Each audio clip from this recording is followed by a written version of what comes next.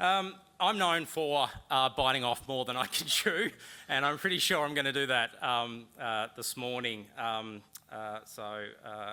go along for the ride and see how we go. Thanks, Alana, for your kind words and introduction as well. I'm not sure where you got that photo.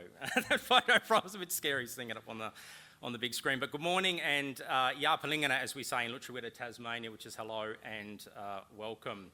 I also just wanted to acknowledge again that having children in our space is really, really important. It's something that I do in my work all the time, is bring my children along to my work, because we're family people.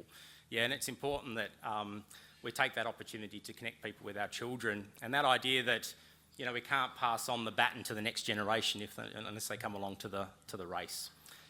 So thank you for inspiring us again. Always with them. The other thing I wanted to know was who scheduled me before Stan Grant. I was having a look at it and I go, it's sort of like being the support act to Midnight Oil at the local pub. But I'm going to do my best and I'm going to push through. And if you don't know who Midnight Oil is, I suggest you pop outside and grab a cup of tea and not talk to many other people here.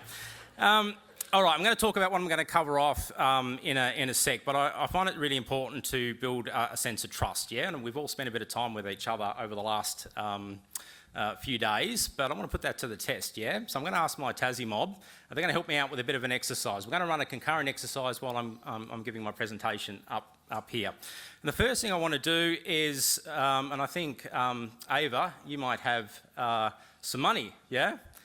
Great, okay, no worries. What I'm going to get Ava to do is, we've got 4 $50 notes, and you'll notice that we're all set up and there's 4 distinct sections in the audience here. So I'm going to pass out that $50 note, yeah? And I want everybody to pass that $50 note along while I'm giving my presentation, yeah? But I want you to think about that $50 note, yeah? I'm really confident we're going to get that $50 back at the end, eh? Yeah? We'll see, we'll see what happens, but I'm confident. But I want you fellas to connect with it, yeah? And I want you to think about who might have touched that $50 before you, and what might their story have been, yeah? And I want that to pass on from the front to the back, or the back to the front, whichever the ways the girls are doing it. The other thing I'd like you to do is there's a blank card that's being handed out, and on that card, I'd like you to take the opportunity while I'm doing my presentation to write a message of hope. Yeah? Now that can be a message of hope, it can be a word of hope, but something to inspire others and to pass on to others. Now we do have a few pens as well, so they'll be passed on, so just feel free as I'm talking to do that, and we'll come back and we'll revisit this at the end. All right, so yes, wanting to maximise my time up there, we're going to bounce around a little bit, and then hopefully towards the end we'll sort of hone it back in a little bit. And if I'm running out of time, I know only Sharon's at the front row here and she'll give me that look. You know when the timekeepers and they walk up and they get a bit closer every time as you get over time? Yeah, that's right. Yeah, so just get me off. Hug, that'll be fine. We'll do that. All right. So, and just as I move through, you'll see that I've given the title of my presentation as "Despair is the Soil of Hope," and I want you to think about that title as I work through the presentation. Now, most importantly, I do a little bit of work in this space, and we've partnered with 13 Yarn before, and we talk about our stories and our trauma and our vulnerabilities a lot, but they can have different impacts on different people, and I'll talk a little bit about some of those vulnerabilities and some of that trauma today. So 13 Yarn is a good counselling service to connect with for mob. Have we got our medical doctor, our doctor in the room as well? Our first aid, is he around? Yeah. All right, John. Yep. Did we I wanted to clarify. Is he a medical doctor? He's not like a doctor of philosophy or something like that. Is it like, all good? A useful doctor. Okay, that'll do. We're happy with that. So we want a useful doctor. We've got one in the house as well. All right. One of the things about the trauma warning is part of my journey involves the birth of a premature baby. Yeah. And a really, really premature baby. And I've done parts of this presentation before, and it has invoked a bit of trauma in people. So if you feel uncomfortable seeing an image of a young premature baby, then I strongly recommend that, you might like to step out of the room at some stage during the presentation. And I'll mention to you before we actually get to that as well. All right, pushing through. Okay, so first of all, acknowledgement of country, yeah? So we've seen a number of different people provide an acknowledgement of country up here. But for me, I've developed a bit of a process that I put in my back pocket to help set a bit of a framework around how I deliver an acknowledgement of country. And for me, it's starting with the pause that people are doing. It's acknowledging the traditional owners and the land that we're on. It's remembering our place, our stories in the bigger story of country and tens of thousands of years of culture and ancestors. Connecting and the story with the event that we're at. Number 5 is around faith and mission. So we want to root our acknowledgement in our Christian faith, recognising that God calls us to justice, reconciliation and walking together in hope. And then number 6, we make a commitment at the end. I find making a commitment a very useful way of giving tangible expression to how we actually provide our acknowledgement of country. And I think is Dr. Mark in the room as well? We did his truth-telling session on Tuesday, and he provided a really, really good example of a joint commitment, which is good. So that there, I will go into the acknowledgement of country. So I'm just going to invite you just for a short pause, just for 5 or 10 seconds.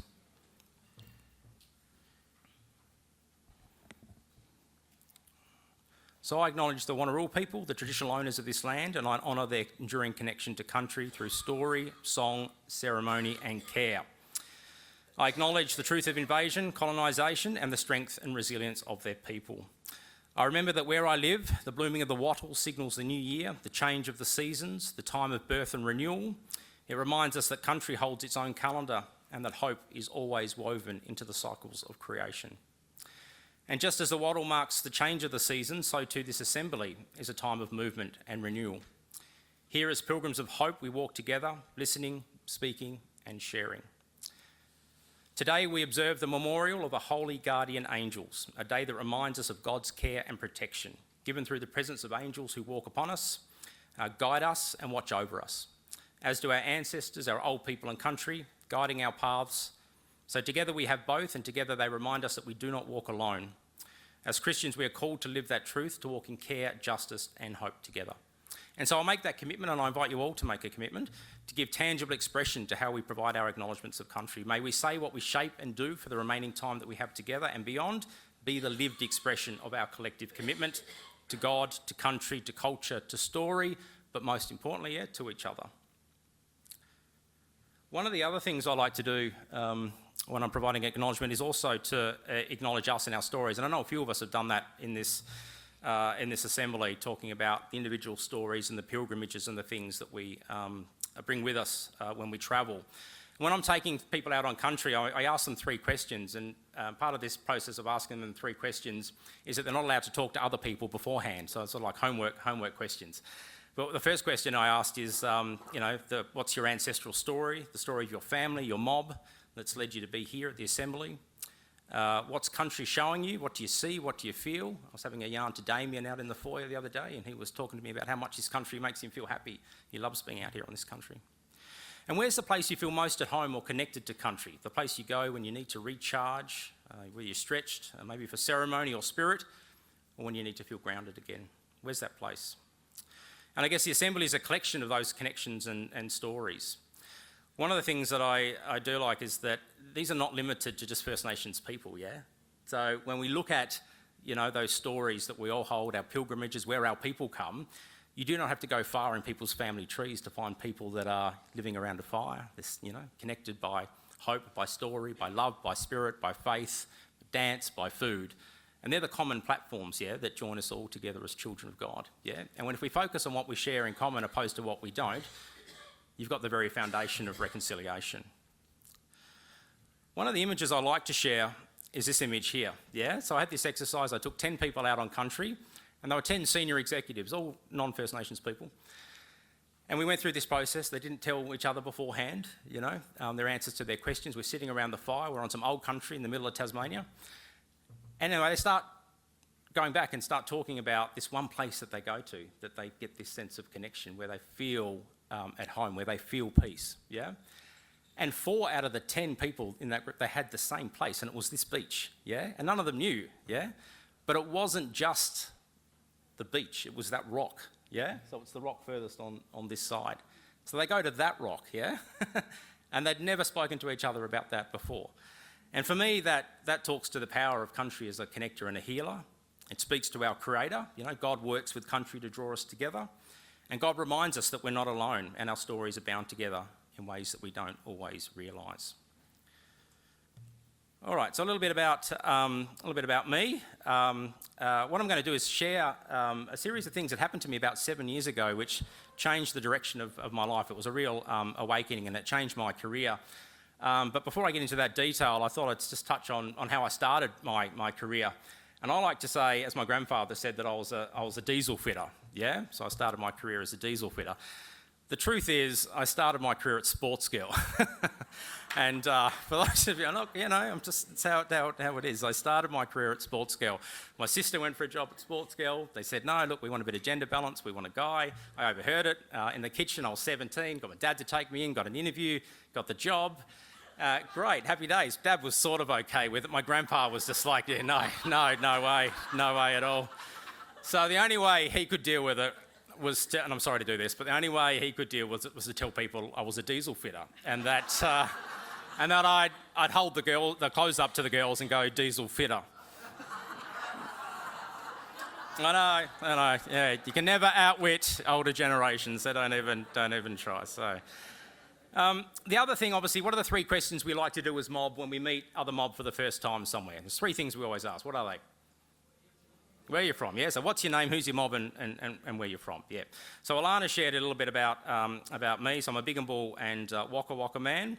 I'm up here, I think, somewhat representing youth, but I have a son who's nearly 20. He'll be 20 in less than 2 weeks. My youngest son is 6. I've got one daughter, and there's a fair bit of life happening in between. All right, and yeah, just some photos of some of the work that I've been involved in. So I'll jump to the next one. So here's my family. So my nan and pop sort of moved to Tasmania in the 1950s, and they worked on an island off the northwest coast of Tasmania called Robbins Island. If everyone knows Robbins Island, I think it's the largest privately owned island in Australia. It used to be a women's island back before colonisation, and they do the Wagyu beef there, and they sell it to the Japanese. So my mum grew up on Robbins Island. And later, she met my dad in the northwest coast and stayed here, and my nan and pop went back to Toowoomba, and they ran the pub at Toowoomba for many, many years. My family's a stolen generation family, so both of my great-grandparents were forcibly removed to the reserve at Barramba, which I think about 1932 became Cherbourg.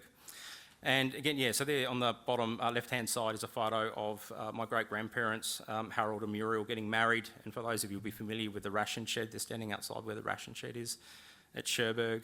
And the top left-hand corner is a photo of Archie, my 10-year-old, having a naming blessing on country at a property that we own. And that beautiful old lady there is Arnie Gurley Purden. She was a matriarch of our community for many, many years. Right, is anyone familiar with this artwork? Yeah, it's amazing, isn't it? Yeah. So this is by an artist called Archie Moore. He's a Kamilaroi and Big and Bull man. He won the Golden Lion last year for this artwork at the Venice Biennale. And anybody knows anything about the art world, the Venice Biennale is like the NRL Grand Final, the AFL Premiership, and all your Christmases all wrapped in one bundle. And Australia's never won, yeah? And Archie Moore won the Biennale with this artwork called Kith and Kin. Now, it records his Big and Bull family connections, yeah? Now, a lot of it is stylised in the sense of that we don't know all the names, obviously, of all the people going back, but it represents 60,000 years of connection, yeah? And there's some blanks that are put in there deliberately around some of the loss of information. But it's a very powerful artwork, and about 3 days ago, it's open now at the Brisbane Art Gallery. And when I leave the assembly, I'm going to visit my nan in Brisbane. I'm going to take her in to see it. But basically, this is my family tree, yeah? So I thought it easy just to throw it up on the screen, so take your time to go through it. And if I have a look at the next one, I just wanted to point out, and I've just got this laser thingy there. So Nellie Mbina is my fourth great-grandmother down there on the left-hand side. And I got told to do this on this side too, so there you go. Over there, so sure. So that's some of my family tree. And in terms of, I was talking to Dr. Mark about the Big and Bull people, and we were known as some of the strongest resistance fighters in the early colony in Queensland, particularly in right up until the 1840s. And for around 14 years, we ran a guerrilla campaign, yeah, targeting cattle and horses, forcing settlers to abandon their land.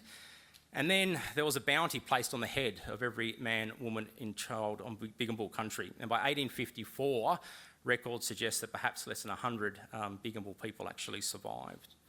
And I'm going to pop up a picture of a man. And again, Dr. Mark was talking about the commandants and the native police. And we had an interesting conversation about, the different perspectives around having Aboriginal people being responsible for some of those traumas that were imposed on our people. But that's Frederick Walker. So he was the first commandant, native police in Queensland, and he was tasked with dispersing the resistance. And for me, I use it as a sign of strength and resilience. And of course, like a lot of other people in those colonial times, there's a memorial to him somewhere in Queensland there. This document here I use as hope. It's something that's guided my work for a long, long time, and it's no doubt it's a shared journey for many of us. But it's an order of removals for my great-grandmother, Muriel Franks, who you saw in that wedding picture earlier. And can anybody see what it says there for offence and cause for removal? Yeah, just for her own good, yeah? So that's some of that trauma and that pain that we carry through. And her offence was essentially falling in love with a 21-year-old white man called Thomas Hepburn, who was a Scottish labourer, yeah? And the story goes that he walked in from Gundawindi into Brisbane to meet with the Chief Protector to plead his case to marry my great-grandmother. And we've got these documents down because the Queensland government at the time, they did a lot of recording down of those conversations and what happened. And basically he left there, and by the time he got back, they'd already incarcerated her back at the reserve at Barrenba. And they never got to see each other again after that. However, she went on to marry Uncle Bundy, my great-grandfather. So even under that the sort of control and adversity, our people obviously held on to our culture, held on to family, faith, and most importantly, held on to hope. So I'm just going to talk about some of the things that changed my life about 6 or 7 years ago now. I lost my grandmother, who was my rock and my confidant. She started writing a book called A Letter to Anthony. It's actually my name. I only hear it when I'm in trouble. Letter to Anthony, the year I was born. And when she passed away, I was given the book, and it detailed her story and her learnings and her lessons and some key messages that she passed on to me. So when I lost her, there was a big hole in my life. And then not long after, I had a house fire, an accidental house fire. The builders doing some work there set fire to my house and lost a whole lot of family heirlooms and things of importance, but no one was hurt.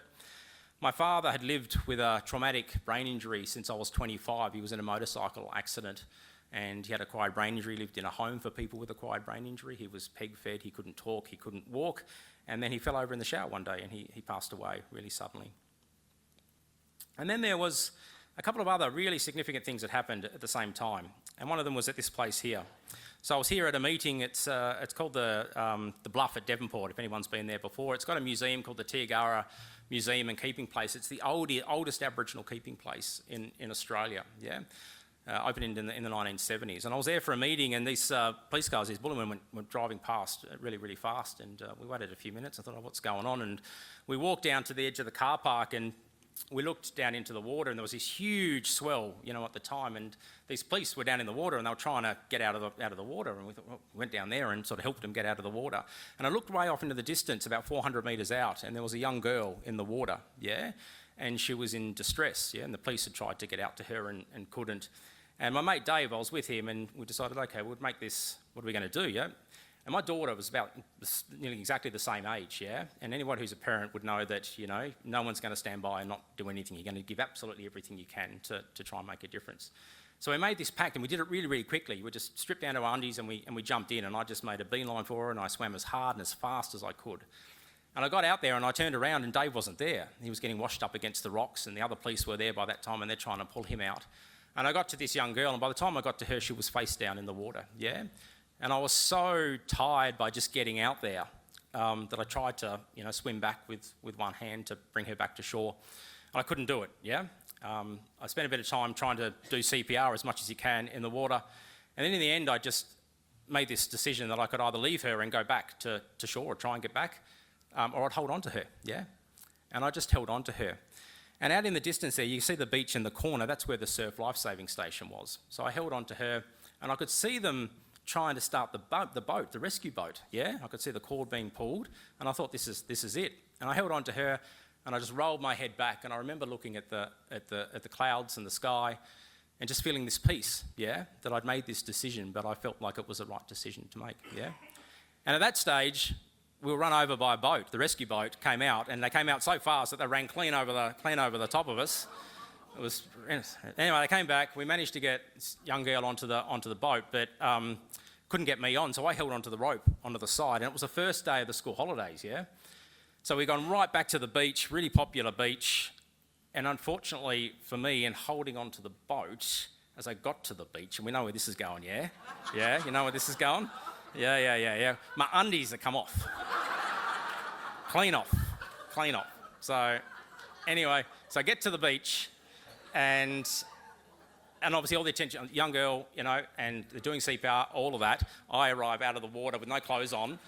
There's families everywhere, commandeered a towel and what have you. And anyway, they CPR and they got a pulse back. And I connected and engaged with the family for a long time. And this is a young girl, and her name was Georgia Lutaz, and she lived for 7 days after, and then she passed away. Yeah, so she'd spent a long time in the water, and I connected with the family. But there's something about that process of not knowing what life's going to, you know, present to you at any time, and knowing what decision would you make and how would you do things. So I think about Georgia a lot, and I share Georgia's story, and she means a lot to me in my journey as well. So I'm about to show a picture of a very extremely early premature baby. So again, just noting that trauma warning, that if anyone wants to leave the room, we can pop out now. And I'll pop in. So my partner at the time was pregnant very, very early, so 26 weeks, yeah? So we're talking really, really, really early. So this was in October, baby wasn't due until February. And I got a phone call one morning, and she's like, I'm in labour. And if anyone knows, and particularly you men out there, if a woman says that she's in labour, she's in labour. You do not, you know, double question or second guess. I learnt that lesson. Anyway, so we went off to the hospital, and we were in there, and basically what was presented to us by the doctors, that it was so early that the chances of survival weren't great, and that they tried to encourage us to potentially, you know, just hold our baby boy until he passed away. And then they had the option to do a medical trial. So in Hobart, in the neonatal intensive care unit, they do some internationally recognised work there. So we agreed to be part of this trial, and little Okarain was born, and he went straight into the neonatal intensive care ward. And this is him an hour or so after he was born. Yeah. So we went on this journey of hope and this journey of pain and uncertainty, not likely to survive.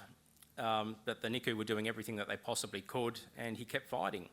And he kept fighting for the first, 5 or 6 days. And on the 7th day, it was the first day I decided to leave the hospital.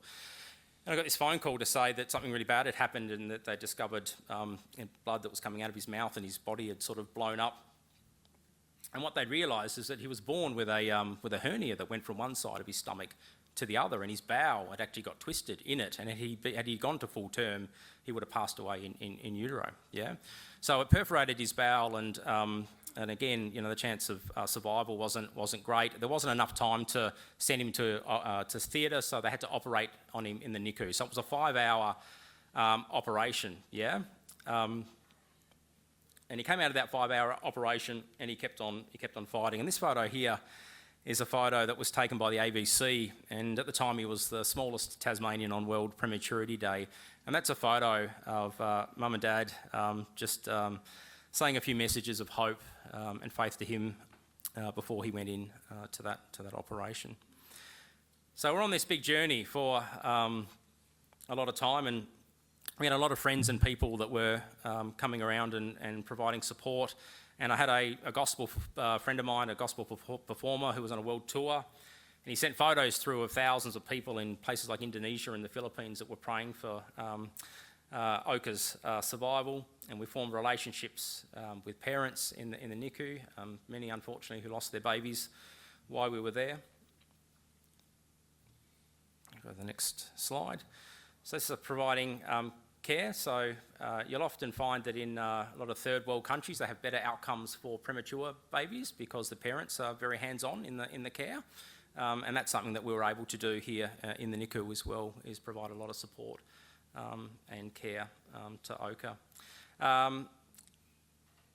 So everything was going on fine, and then I got another phone call from my partner to say that she'd collapsed in the car park across the road in the hospital, coming over to visit Oka.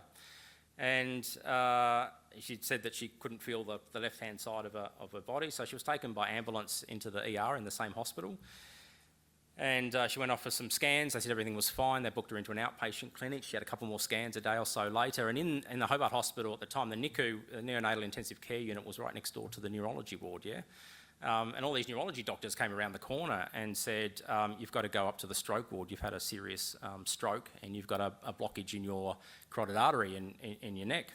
So we went up to the stroke ward. We left baby in the NICU. And within an hour, she'd had another stroke in the stroke ward. And then we were in an ambulance down to the airport. The Royal Flying Doctors landed, and we were airlifted to the Peter Mac Brain Centre in Melbourne. And on assessment over there, the chances of survival for Bron were related at less than 85% at the time. And again, it was more experimental treatment to try and dissolve the blockage that was in her neck. So we were in the Peter Mac Brain Centre. We had all these people that were coming down to see us. It was blackfellas that were there to support us, and it was people of faith that was there to support us. So people running down. Some fella drove 3 hours to come down and provide me with clothes and food. We had Aboriginal organisations and churches back home looking after all the other children, making sure they got off to school and school lunches and all of that. So it was our people that were there to provide that support when we needed it the most. And when we were in Melbourne, the NICU staff sent us this photo, which I really cherish. It's just all of them basically saying that their little boy, as they called him, was being looked after, and he was fine, and they're looking forward to us returning. So we eventually returned a few weeks later from Peter Mac. Bron went to the stroke ward in Hobart. Baby was in the NICU. I'm like, right, I'm going home to my bed. You know when you've been away from your bed for a while, I'm going home to my bed and I'm going to lay down. So I laid down, and then I started having some seizures, yeah? And I'm on my own. And so I rang a friend of mine who was a paramedic who lived close by, and I was rushed off to hospital. I had an epidural, and then I ended up having something that's called meningoencephalitis. Doctor might know, but it's basically a very rare and life-threatening condition where you get meningitis and encephalitis at exactly the same time, yeah? So I was very, very sick. And it meant that we were all in the hospital at the same time in different areas. And, and it's at those moments where you really start to question, who you are, what you want to do, where you want to be, who you want to work with, and what are you doing, yeah?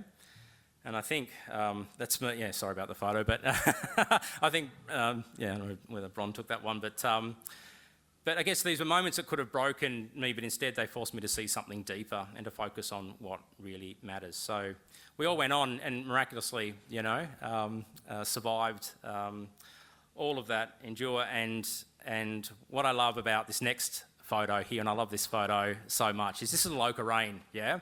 So this is a little premature baby, born at, 23 weeks, and on the right-hand side, what I love about the photo, I'm going back to Fred Walker, going back to the frontier wars in Queensland, going back to martial law. He's a little Palawa boy, so his grandfather's Uncle Rodney Dillon. And so he's got Palawa, Bigambul and Waka Waka connections. And if you look at the Palawa and the Bigambul people, you're talking about, the two most significant human survival stories on the history of mankind, yeah? And Oka here, this is his first trip, and I think, Alana, you might have been there on that. I'm not sure if you were there on that trip, but harvesting of the short-tailed mutton bird in Lushawitta, Tasmania, which is undoubtedly known as the most oldest continuing cultural practice in the entire world, yeah? So for me, it's such an image of strength and survival in terms of his own personal journey, but for us as a people as well. And anyone who knows Oka, he'll talk to you about his creator God at every possible opportunity he gets as well, which is lovely. All right, so I'm rounding back. I'm not sure, I've completely lost track of time, so I'm not sure. I'm going to round back to, where is my $50? Yeah? Come on now. Hey, got one over here. We got two. Two down, two to go, three. Come on, you mob. Where? Oh, he's got two.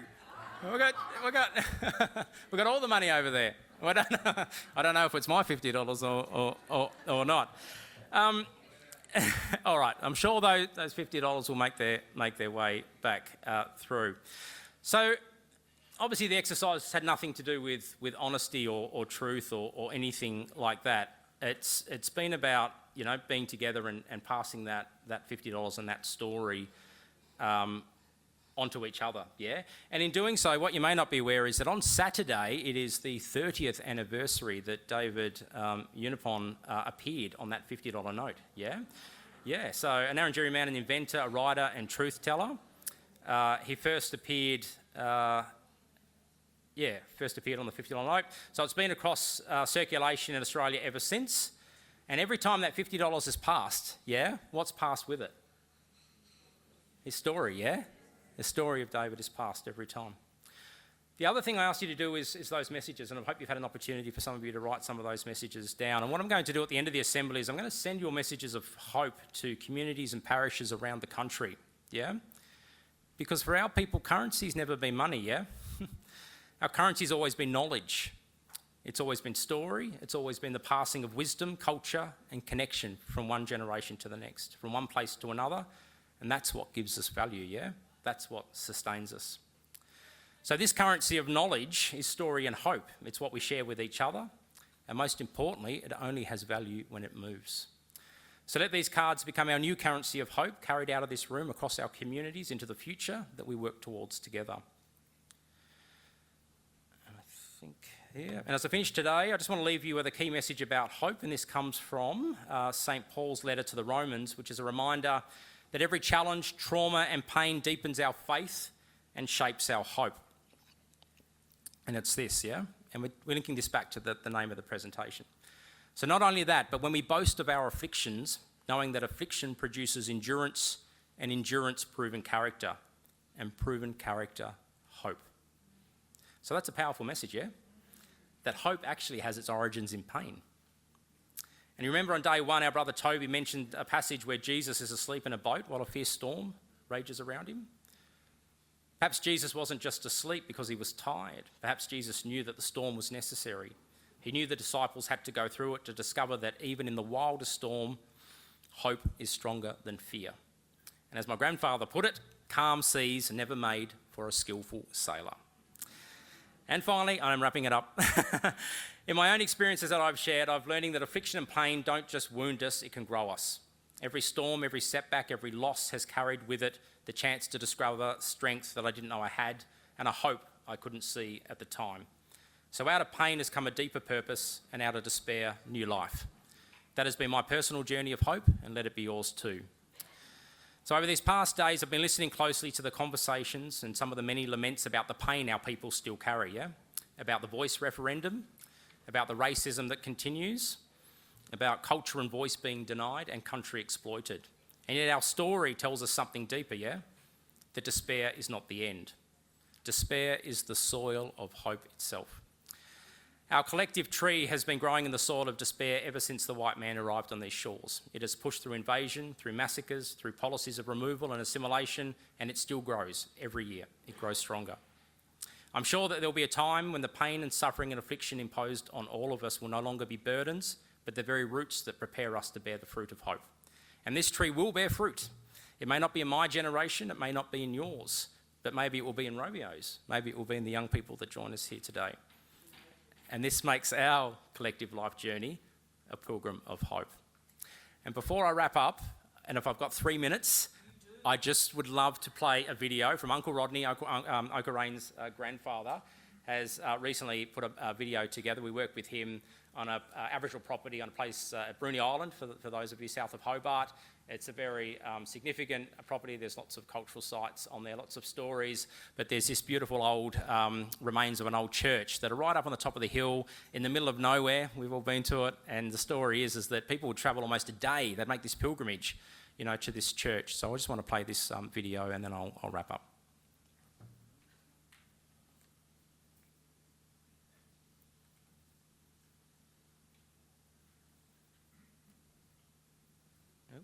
Is that me? Am I doing that?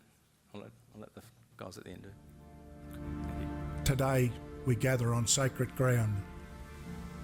We honour the memory of Truganini through filming of this video on her country.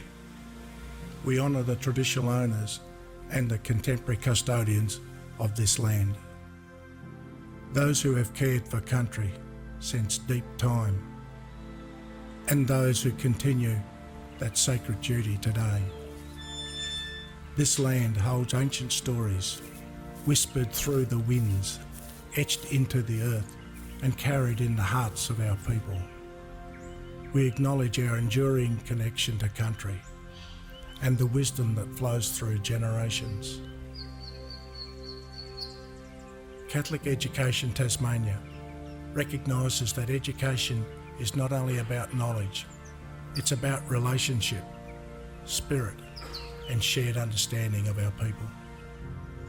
The Tasmanian Catholic education community deeply values the knowledge, traditions, insights and richness of our First Nations cultures. Catholic schools are places where learning is shared, where respect is cultivated and where the oldest living cultures on earth are honoured and embraced. With great humility, let us continue walking alongside our elders, families and communities, transforming our schools into places of belonging. Relationships built on trust, listening and love are the heartbeat of our work as we strengthen identity and nurture the well-being of all. We celebrate culture through action by creating opportunities for cultural learning and expression, and by encouraging every student and educator to grow in knowledge and appreciation of Aboriginal and Torres Strait Island cultures. These moments are not just symbolic, they're a step towards deeper understanding, unity and a shared purpose. As a father and a grandfather with grandchildren in the Catholic school, I see a beautiful harmony between Catholic teachings and Aboriginal spirituality. Both call us to honour creation, to walk gently on the earth, and to recognise the sacredness of all life. Both ask us to be stewards of the land and waters, protectors of peace and keepers of hope. So today I offer a message of hope. Let us walk together with open hearts and open minds toward a future shaped by respect, learning and shared responsibility. May every student carry forward the call to care for country, to care for one another, and to honour the deep wisdom of our people and country.